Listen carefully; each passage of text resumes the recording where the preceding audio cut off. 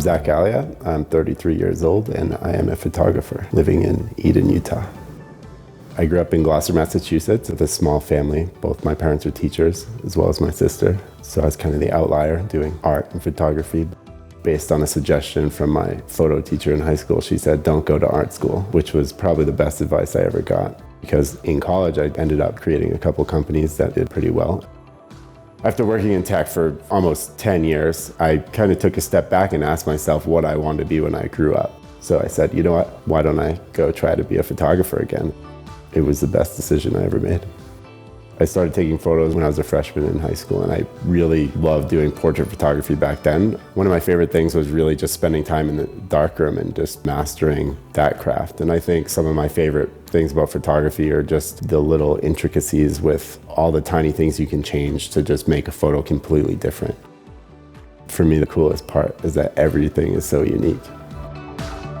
I love taking photos of all things. I do a lot of music photography as well. But I specialize in taking portraits of animals and humans, and I really like doing that as a combination. My favorite subject for me is something that invokes some sort of emotion in me or the viewer. I think a lot of my photos kind of have that same effect of those paintings that it feels like when you're walking by, they're just continuing to look at you, and you kind of feel like that subject is right there. A lot of the work for me gives me a sense of peace. So I think peace of mind is like a good way for me to look at it and hope that my viewers are feeling that when they stare at my photos. I shoot with Sony A9, which is my go-to now. My favorite lenses are the Sigma 24-14 in the art line. I just love the color rendering there. I love the skin tones. I love that focal length. I think it's sort of magical. It gives you like this wide view of things, but you can get real close to the subjects. It's hard to choose a favorite photo necessarily, but I think one that always stands out is this photo where this insane field of yellow wildflowers had just bloomed, and first try we get the most epic photo of him flying backwards through the air and her blowing the flowers like she's blowing him away.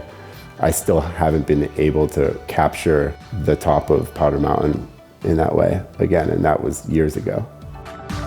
I think the role of the photographer today has drastically changed from what it used to be because of the outlets we have. Social media is pretty scary because it leaves this conformity and creativity because people are like, oh, what gets the best likes? And I think that copycat behavior is preventing a lot of people who could otherwise be very creative from really shining. We do all have cameras in our hands, but I think it's almost offensive to say that everybody's a photographer. I think everybody can be a photographer, but I don't think everybody is a photographer. I think the real role of the photographer today is to achieve that magic and that creativity and capture things that are new, but also really inspire people.